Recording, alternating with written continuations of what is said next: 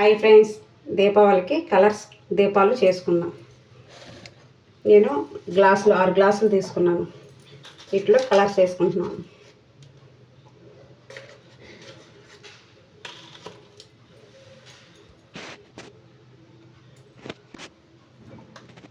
Water పోస్తున్నాను.